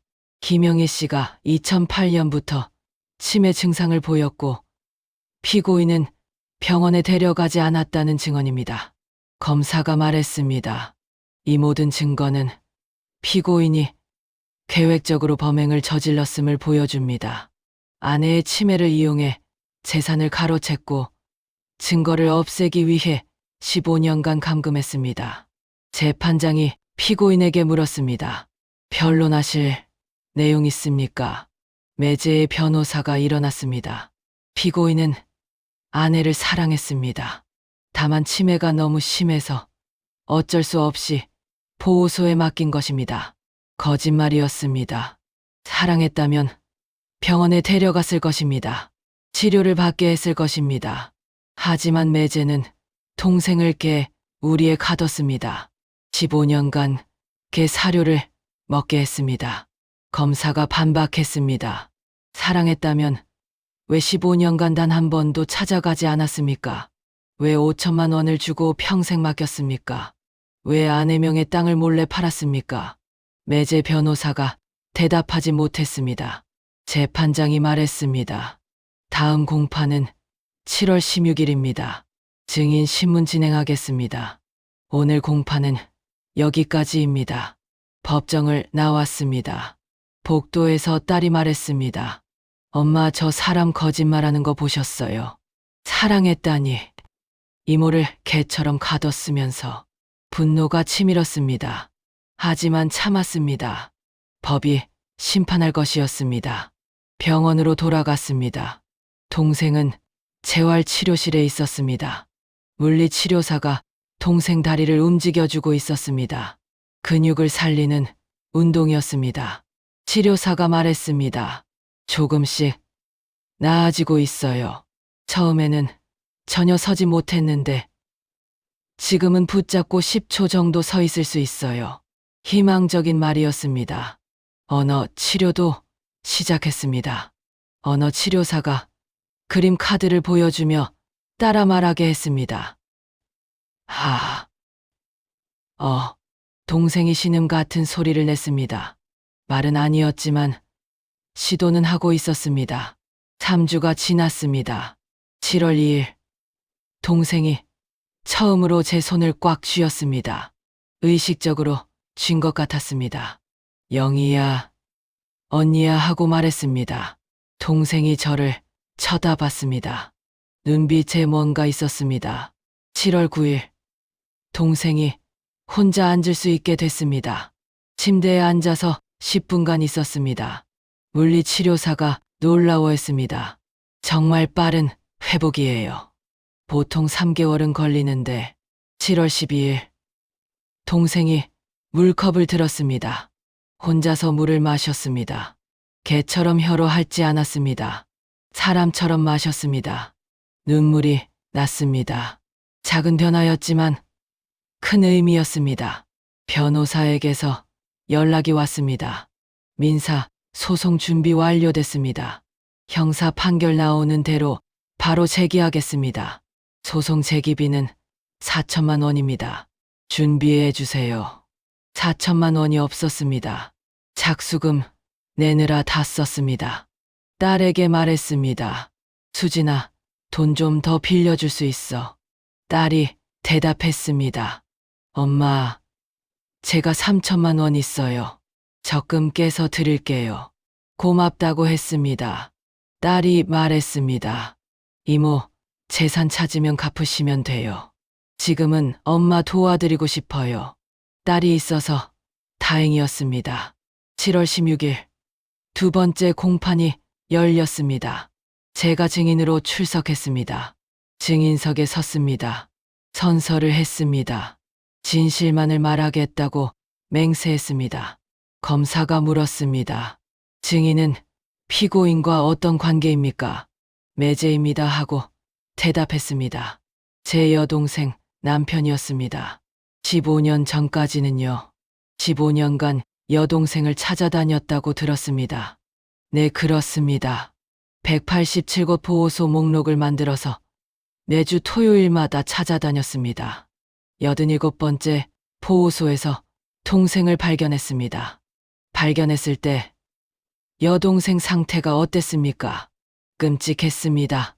하고 대답했습니다. 개우리에 갇혀 있었습니다. 네 발로 기어 다녔고 개 사료를 먹고 있었습니다. 말도 못했습니다. 사람을 알아보지 못했습니다. 방청석에서 한숨 소리가 들렸습니다. 재판장도 표정이 굳었습니다. 매제는 고개를 숙이고 있었습니다. 증인은 피고인을 용서할 수 있습니까? 검사가 마지막으로 물었습니다. 절대 용서할 수 없습니다 하고 대답했습니다. 제 동생을 사람에서 짐승으로 만들었습니다. 돈 때문에 동생 인생을 빼앗았습니다. 증인 신문이 끝났습니다. 자리로 돌아왔습니다. 손이 떨렸습니다. 하지만 해야 할 말은 다 했습니다. 재판장이 말했습니다. 다음 공판은 8월 20일입니다. 최종 변론 진행하겠습니다. 법정을 나왔습니다. 이제 한 달 후면 1심 판결이 날 것이었습니다. 매제가 어떤 형량을 받을지 알게 될 것이었습니다. 8월 20일 화요일 오전 10시 마지막 공판이 열렸습니다. 방청석이 가득 찼습니다. 기자들도 여러 명 와 있었습니다. 치매 환자 감금 사건으로 언론에 보도됐기 때문이었습니다. 재판장이 입장했습니다. 모두 일어났습니다. 재판장이 자리에 앉으라고 했습니다. 피고인 이건우가 들어왔습니다. 여전히 수갑을 차고 있었습니다. 얼굴이 많이 야윈 것 같았습니다. 재판장이 말했습니다. 오늘은 최종 변론 듣고 선고하겠습니다. 검사 측 최종 의견 진술하세요. 검사가 일어났습니다. 서류를 펼쳤습니다. 피고인 이건우는 2008년 11월 아내 김영희가 치매 진단을 받았음을 알고 있었습니다. 검사가 말을 시작했습니다. 하지만 치료하지 않고 방치했습니다. 오히려 아내의 재산을 노렸습니다. 2009년 5월 4일, 피고인은 아내를 양주시 보호소에 유기했습니다. 5천만 원을 주고 평생 맡겼습니다. 아내를 개 우리에 가뒀습니다. 15년간 개 사료를 먹게 했습니다. 그리고 한 달 후인 6월 15일, 위조한 위임장으로 아내 명의 토지를 자기 명의로 바꿨습니다. 8월 3일, 80억 3천만 원에 매각했습니다. 계획적이고 악의적인 범행입니다. 피해자 김영희 씨는 천재 중증 치매로 말도 못하고 사람도 알아보지 못합니다. 15년간의 감금이 돌이킬 수 없는 피해를 입혔습니다. 이는 단순한 재산 범죄가 아닙니다. 인간의 존엄을 짓밟은 범죄입니다. 검사가 서류를 덮었습니다. 피고인에게 징역 15년을 구형합니다. 그리고 부당이득 83억 원 전액을 피해자에게 반환할 것을 요구합니다. 변호인 측 최종 변론하세요. 재판장이 말했습니다. 매제 변호사가 일어났습니다. 피고인은 깊이 반성하고 있습니다. 아내를 사랑했지만 치매로 인해 어쩔 수 없는 선택을 했습니다. 거짓말이었습니다. 방청석에서 웅성거리는 소리가 났습니다. 변호사가 계속 말했습니다. 선처를 부탁드립니다. 피고인도 59세로 고령입니다.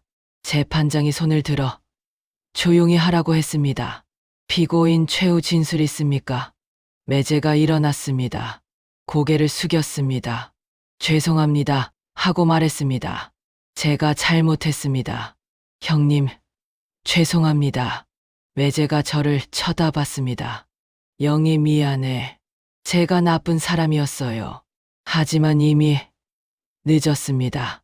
15년은 되돌릴 수 없었습니다. 재판장이 말했습니다. 피고인은 자리에 앉으세요. 잠시 후 선고하겠습니다. 10분간 정회하겠습니다. 재판장이 나갔습니다. 긴장된 10분이었습니다. 딸이 제 손을 잡았습니다. 엄마, 괜찮으세요? 괜찮다고 했습니다. 하지만 심장이 빠르게 뛰었습니다. 10분 후 재판장이 돌아왔습니다. 모두 일어났습니다. 재판장이 판결문을 들었습니다. 주문을 선고하겠습니다. 피고인 이건우에 대한 판결. 재판장이 읽기 시작했습니다. 피고인은 2009년 5월 4일 치매 환자인 아내를 유기했고 15년간 감금했습니다. 사기죄, 횡령죄, 감금죄, 유기죄가 모두 인정됩니다. 피고인의 범행은 계획적이고 잔인합니다.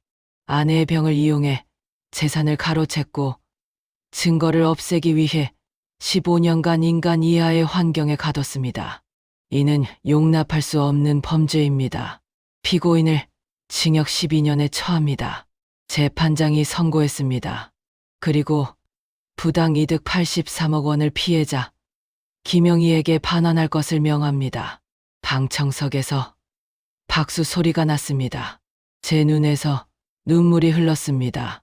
12년, 긴 시간이었습니다. 매제는 71세가 되어서야 나올 것이었습니다. 재판이 끝났습니다. 법정을 나왔습니다. 복도에 기자들이 기다리고 있었습니다.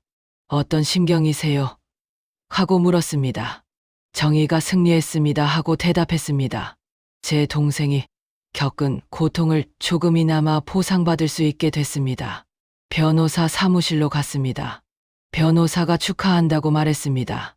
이제 민사 소송 진행하겠습니다. 판결문 나오는 대로 제기할게요. 2주 안에 가능합니다. 9월 5일 1심 판결문이 나왔습니다.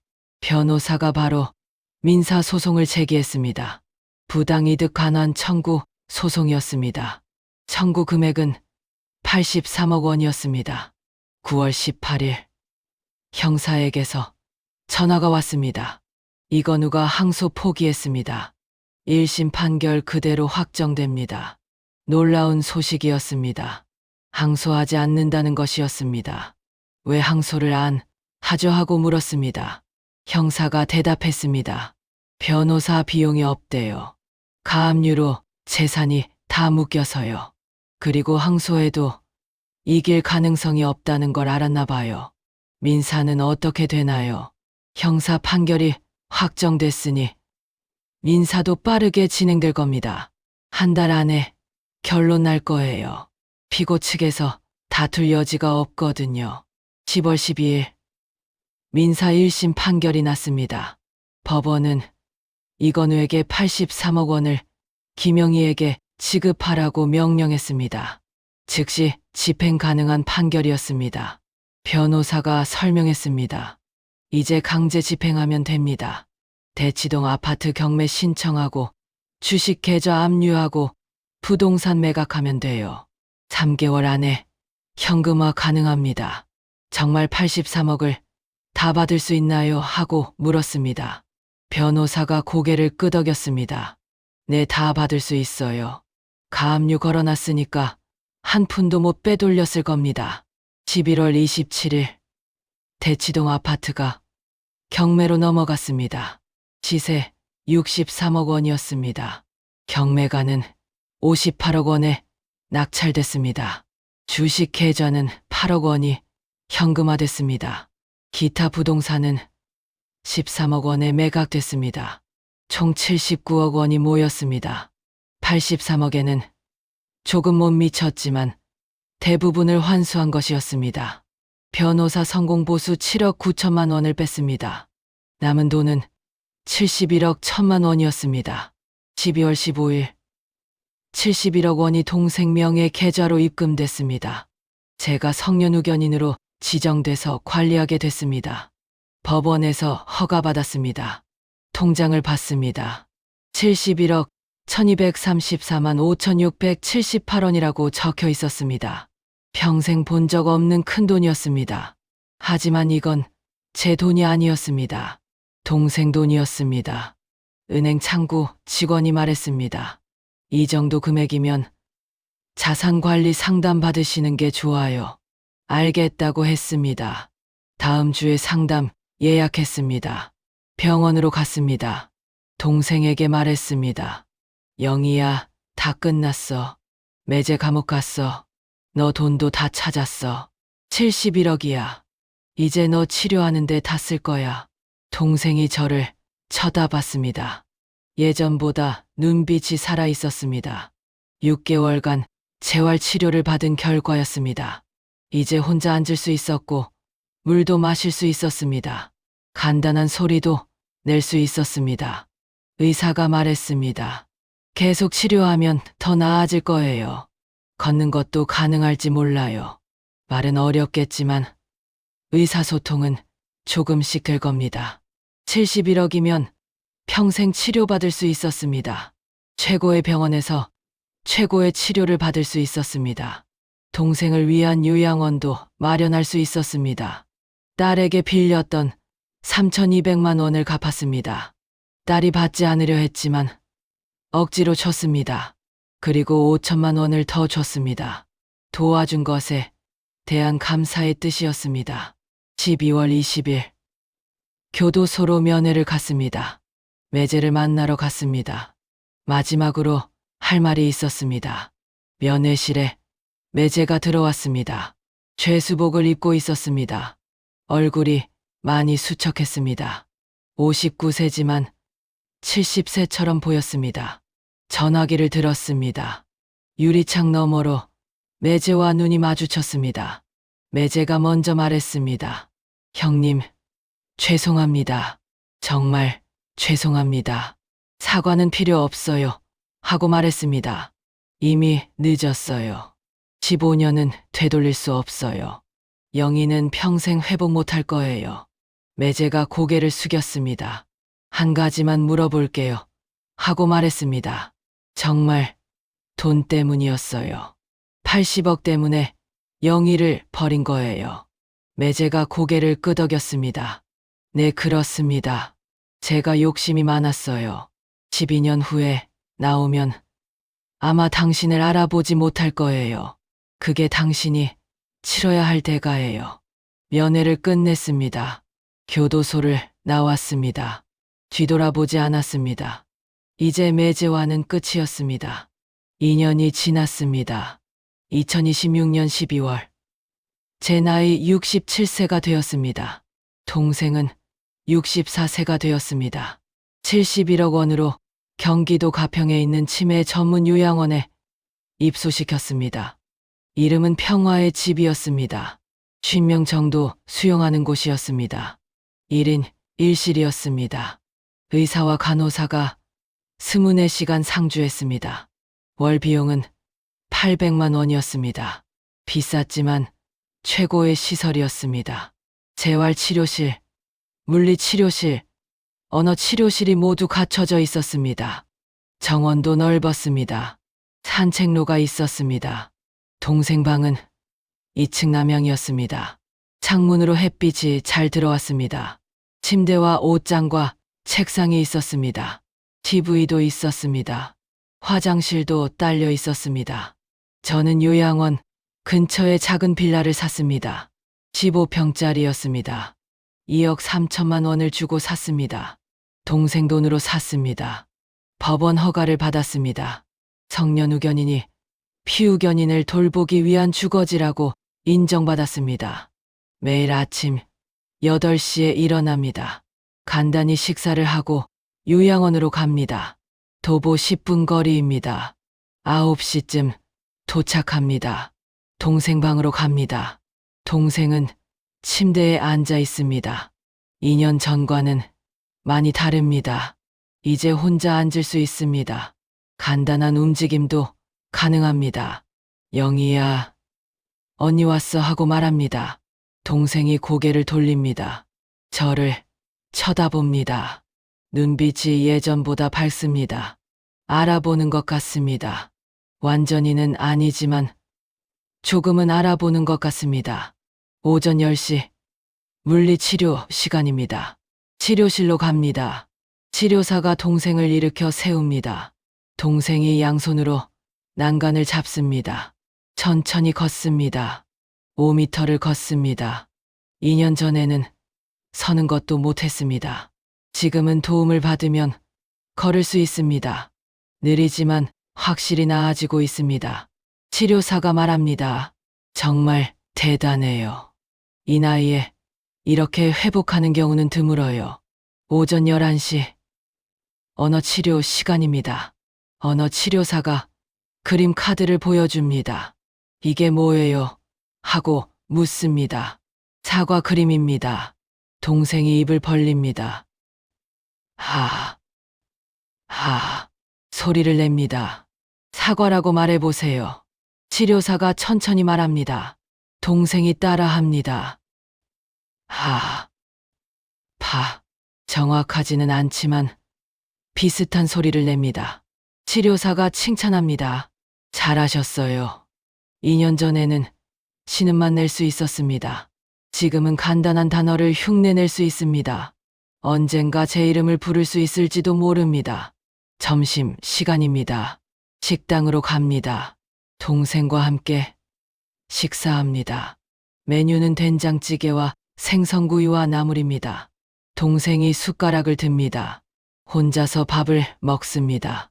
2년 전에는 간호사가 떠먹여줘야 했습니다. 지금은 혼자 먹을 수 있습니다. 느리지만 확실히 먹습니다. 흘리기도 하지만 괜찮습니다.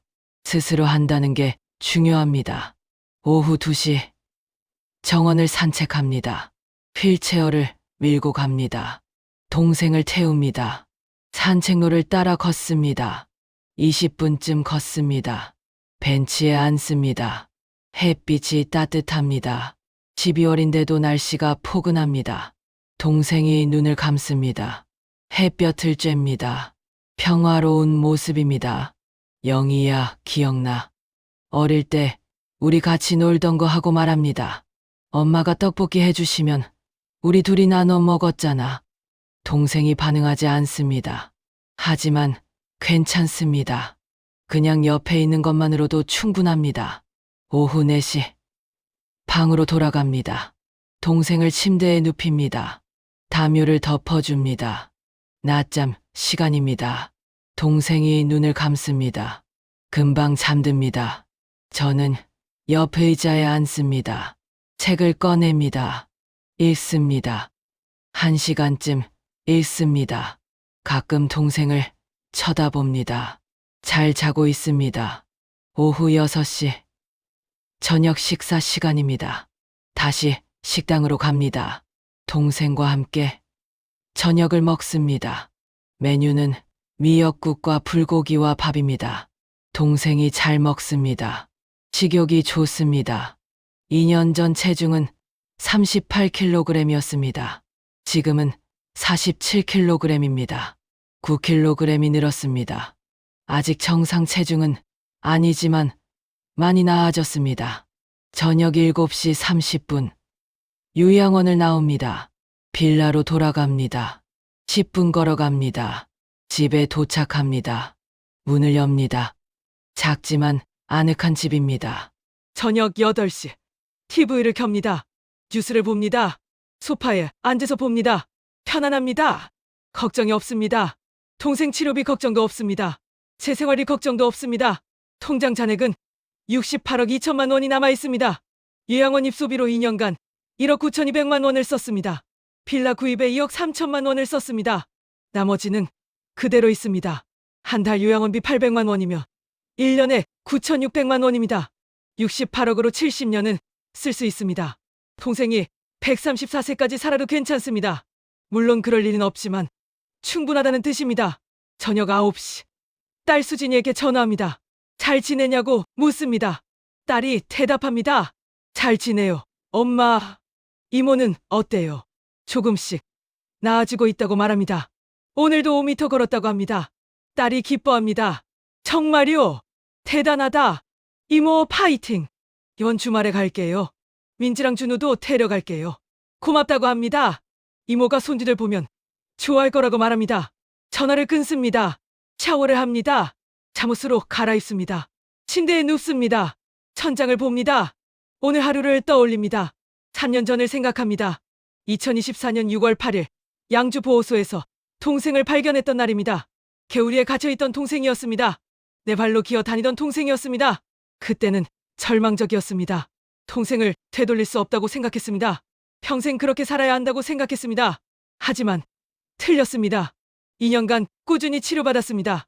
조금씩 나아졌습니다. 이제 걷고 먹고 소리를 낼 수 있습니다. 완전히 회복할 수는 없겠지만 사람답게 살 수 있습니다. 매제는 지금 교도소에 있습니다. 10년이 더 남았습니다. 2034년에 나옵니다. 모든 재산을 잃었습니다. 가족도 없습니다. 혼자입니다. 반면 동생은 최고의 시설에서 치료받고 있습니다. 제가 매일 옆에 있습니다. 딸과 손주들이 자주 방문합니다. 외롭지 않습니다. 정의가 이긴 것입니다. 욕심이 진 것입니다. 67세 늦은 나이지만 저는 보람을 느낍니다. 15년간 동생을 찾아 헤맸습니다. 187곳 보호소를 다녔습니다. 포기하지 않았습니다. 그리고 찾았습니다. 재산도 되찾았습니다. 71억 원을 환수했습니다. 그 돈으로 동생을 치료하고 있습니다. 평생 걱정 없이 돌볼 수 있습니다. 이제 제 삶도 평화롭습니다. 가평 작은 빌라에서 조용히 삽니다. 매일 동생을 만나러 갑니다. 함께 식사하고 산책합니다. 단순하지만 행복합니다. 내일도 8시에 일어날 것입니다. 요양원으로 갈 것입니다. 동생을 만날 것입니다. 영희야, 언니 왔어 하고 말할 것입니다. 그리고 언젠가 동생이 대답할지도 모릅니다. 예. 라고 말이죠. 그날을 기다리며 살아갑니다. 3년이 더 지났습니다. 2029년 12월 제 나이 70세가 되었습니다. 동생은 67세입니다. 오늘도 아침 8시에 일어나 요양원으로 갔습니다. 동생 방에 들어갔습니다. 동생이 창가에 앉아 밖을 보고 있었습니다. 혼자서 의자에 앉아 있었습니다. 영희야, 언니 왔어 하고 말했습니다. 동생이 고개를 돌렸습니다. 저를 쳐다봤습니다. 그리고 입을 열었습니다. 예. 하고 말했습니다. 심장이 멎는 줄 알았습니다. 5년 만에 처음 듣는 말이었습니다. 동생이 저를 언니라고 불렀습니다. 불완전했지만 분명 언니였습니다. 동생 손을 잡았습니다. 그래, 언니야 하고 말했습니다. 영희야, 언니 목소리 들려? 동생이 고개를 끄덕였습니다. 눈에서 눈물이 흘렀습니다. 의사 선생님을 불렀습니다. 선생님이 와서 동생을 진찰했습니다. 놀라운 회복입니다. 5년간 꾸준한 치료가 효과를 본 거예요. 계속 좋아질 겁니다. 지난 5년을 돌아봅니다. 2024년 6월 8일 양주 보호소에서 동생을 발견했습니다. 15년 관계 우리에 갇혀있던 동생이었습니다. 말도 못하고 사람도 알아보지 못했습니다. 하지만 포기하지 않았습니다. 매일 요양원에 갔습니다. 치료를 받게 했습니다. 손을 잡아줬습니다. 이야기를 들려줬습니다. 5년이 걸렸습니다. 그리고 오늘 동생이 제 이름을 불렀습니다. 언니라고 불렀습니다. 5년 기다린 보람이었습니다. 통장 잔액은 64억 3천만 원이 남아 있습니다. 5년간 요양원비로 4억 8천만 원을 썼습니다. 생활비로 9천만 원을 썼습니다. 아직도 충분히 남아 있습니다. 배제 이건우는 여전히 교도소에 있습니다. 7년이 더 남았습니다. 2036년에 나옵니다. 아무것도 없는 상태로 나올 것입니다. 저는 그때까지 동생을 돌볼 것입니다. 매일 요양원에 갈 것입니다. 함께 식사하고 산책할 것입니다. 동생이 더 많은 말을 할 수 있도록 도울 것입니다. 어제 딸이 손주들을 데리고 왔습니다. 민지는 18세가 되어 대학생이 되었습니다. 준우는 15세로 고등학생입니다. 두 아이가 이모 앞에서 노래를 불렀습니다. 동생이 웃었습니다. 소리내서 웃었습니다. 5년 전에는 상상도 못한 일이었습니다. 웃음소리가 들렸습니다. 작지만 분명한 웃음이었습니다. 70세가 되어서야 알았습니다. 포기하지 않으면 기적이 일어난다는 것을. 15년간 187곳을 찾아다녔습니다. 87번째에서 동생을 찾았습니다. 그리고 5년 더 기다렸습니다. 동생이 제 이름을 부를 때까지. 가족을 지킨다는 것은 이런 것입니다. 끝까지 찾는 것입니다. 끝까지 돌보는 것입니다. 끝까지 희망을 버리지 않는 것입니다. 저녁 6시 동생과 함께 정원을 산책했습니다. 동생이 제 팔을 잡고 천천히 걸었습니다. 휠체어가 아니라 제 팔을 잡고 걸었습니다. 50m를 걸었습니다. 석양이 졌습니다. 하늘이 주황빛으로 물들었습니다. 아름다웠습니다. 동생이 하늘을 보며 말했습니다. 예쁘다고 한 것 같았습니다. 그래 예쁘지 하고 대답했습니다. 우리 같이 보자. 동생이 고개를 끄덕였습니다. 함께 석양을 봤습니다. 15년의 어둠이 지나갔습니다. 이제 빛이 왔습니다. 늦었지만 왔습니다. 70세에도 희망은 있습니다. 포기하지 않는 한 기적은 일어납니다. 오늘도 동생이 제 이름을 불렀습니다. 언니라고 불렀습니다. 그것만으로 충분합니다.